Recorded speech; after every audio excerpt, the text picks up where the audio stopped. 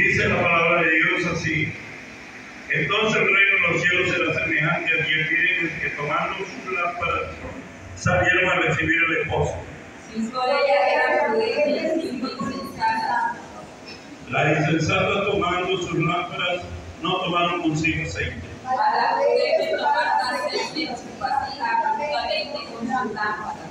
Y tardándose el esposo, cabecearon todas y se durmieron.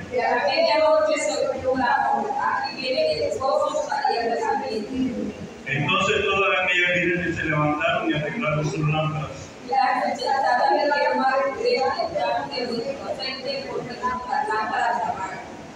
Mas las prudentes respondieron diciendo: para que no nos falte a nosotras y a vosotras, id más bien a los que venden y comprar para vosotras mismas.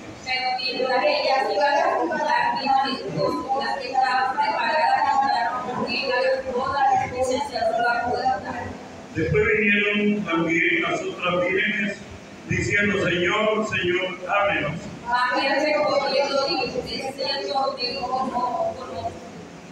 Velad pues, porque no sabéis el día ni la hora en que Dios del hombre. Gloria al Señor. Puede sentarse, mis hermanos. Bueno, esta parábola la dio el Señor a todos sus discípulos, y es importante saber que las parábolas fue hechos para traerlos a una realidad y poder dar un mensaje moral, para poder influir a una persona, para decirle que debe guardar ciertas cosas para que no se cumpla lo que él está narrando en la parábola. Las parábolas, algunas tienen una fundamentación en hechos reales y otras en hechos ficticios. Pero las parábolas que da el Señor siempre tuvieron un fundamento real. Cuando él habla de las 10 vírgenes y cuando habla del esposo que aparecía, es que esa era una costumbre en el tiempo antiguo. En el tiempo antiguo, el hombre se daba en casamiento con una mujer, pero los padres hacían la celebración del contrato. Y entonces, cuando se firmaba el compromiso, el joven, el hombre que estaba interesado en una doncella, tenía que dar una dote. Y daba una dote y fijaban un tiempo para la boda. Pero ese tiempo lo determinaba el esposo, ese tiempo lo determinaba el novio. Generalmente duraba un año para venir, se iba y duraba un año o más de un año, no tenía una fecha fija. De manera que el amigo que él dejaba encargado del cuidado de su novia, de su prometida, era el que se encargaba de organizar doncellas, para que cuando llegase el prometido, ellas estuvieran en el camino. Normalmente esas celebraciones, pues esa llegada la dejaban para en la noche. Entonces las 10 doncellas que cogían amigos del prometido de la muchacha, ellas se paraban a la venta del camino, alumbrando con sus lámparas, para que cuando llegara el prometido, el camino estuviera iluminado y él entraba al aposento donde iba a ser la ceremonia, donde iba a ser la boda. Entonces el Señor trae este pasaje a colación, porque en realidad así se hacía en ese tiempo. El hombre daba una dote, se iba y después él regresaba, pero no avisaba cuándo iba a llegar, sino que cuando él estaba cerca de la casa de la novia o en los alrededores, era que se daba a conocer que él había llegado. Y cuando se daba a conocer que él había llegado, el amigo de él se enteraba, era el primero en enterarse. Y cuando el amigo se enteraba que había llegado el novio, inmediatamente tocaba el shofar, que era un cuerno de carnero ahuecado. y sonaba el shofar, y cuando sonaba el shofar todo el pueblo sabía que ya el novio estaba ahí y hacían fiesta. Ese día hacían fiesta todos los invitados en sus casas, se alegraba el pueblo porque ese día era el día de la boda, cuando aparecía el novio.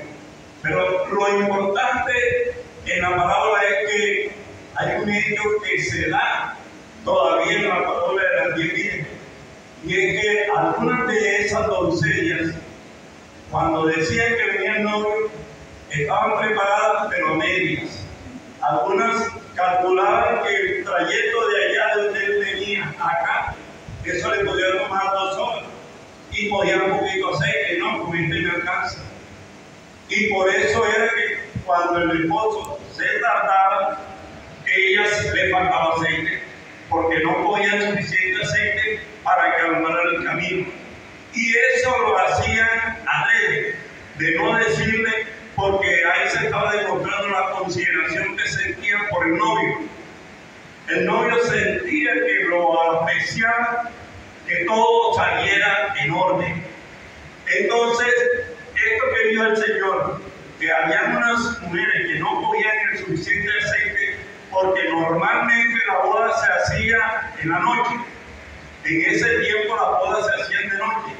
Y más o menos a medianoche era cuando ya se había hecho la boda, que la esposa se apartaba a su cámara nupcial.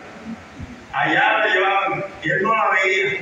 Por eso fue que a Jacob le metieron gato por liebre, porque eso se hacía de noche.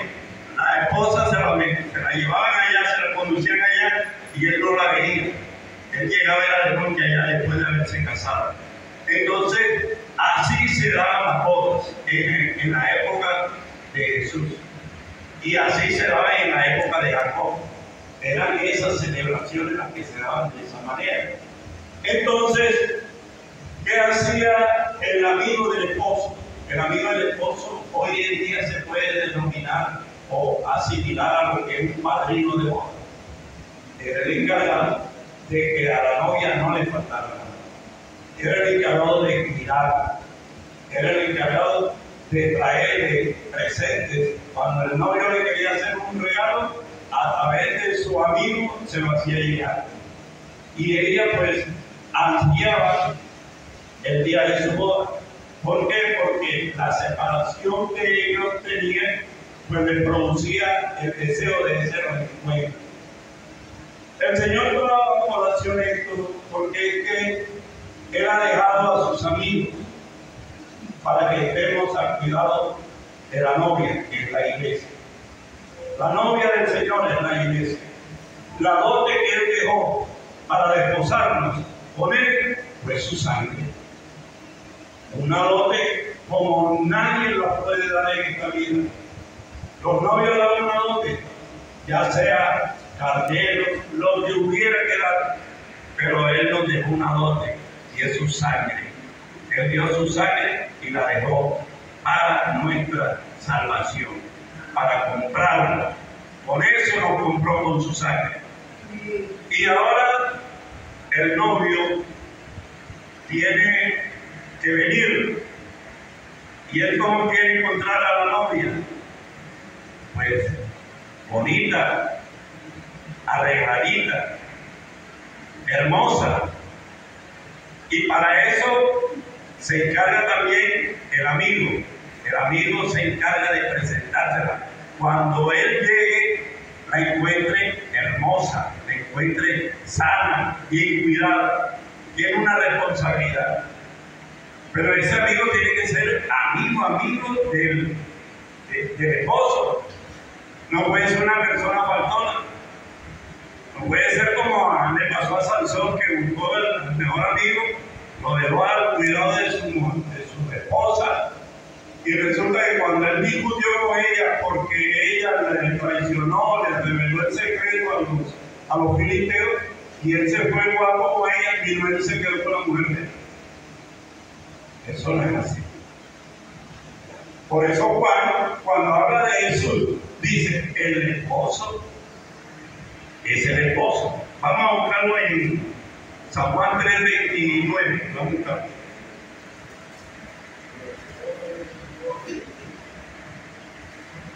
Juan 3:29. El que tiene la esposa es el esposo, más el amigo del esposo, que está a su lado y le oye. Se goza grandemente de la labor del esposo, así pues, este es mi gozo está cumplido. Amén, gloria al Señor. Así que Juan preparaba el terreno, preparaba el camino para que el esposo encontrara todo en orden. Y cuando él llegó, ¿qué dice Juan?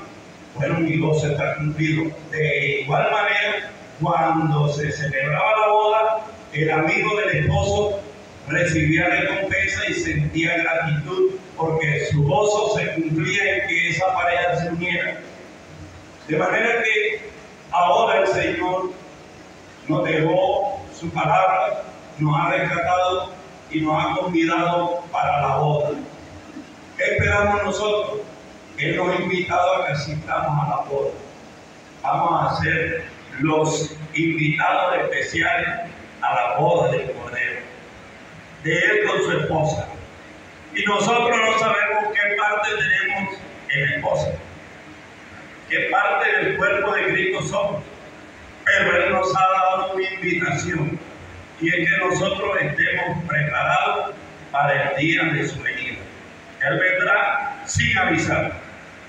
Por eso Él dice y toma como referencia como la boda en la noche, porque es que la boda en ese tiempo se hacían las celebraciones en la noche y duraban 7 días. Y nosotros, los que hemos leído la Biblia, los que leemos la Biblia, sabemos que una vez que Él recoja a su esposa, que recoja a su iglesia, mientras Él está allá en la boda del Cordero, estaremos con Él, aquí empezarán a manifestarse todas las catástrofes que están destinadas para la tierra. Mientras la boda del Cordero se está dando allá, aquí viene el sonido de las trompetas. Aquí caen todas las 7 trompetas, así como allá en aquellas celebraciones. El agasado duraba 7 días del novio con su novia. De igual manera, hay una similitud en lo que dice Apocalipsis, que también cuando el Señor esté con su pueblo, entonces aquí vienen las 7 trompetas que van a arrasar con todo lo que hay. Así que estaremos gozando mientras que el mundo está sufriendo la gran tribulación. Entonces, mis hermanos, yo quería que hiciéramos esa reflexión. ¿Cómo están nuestras lámparas?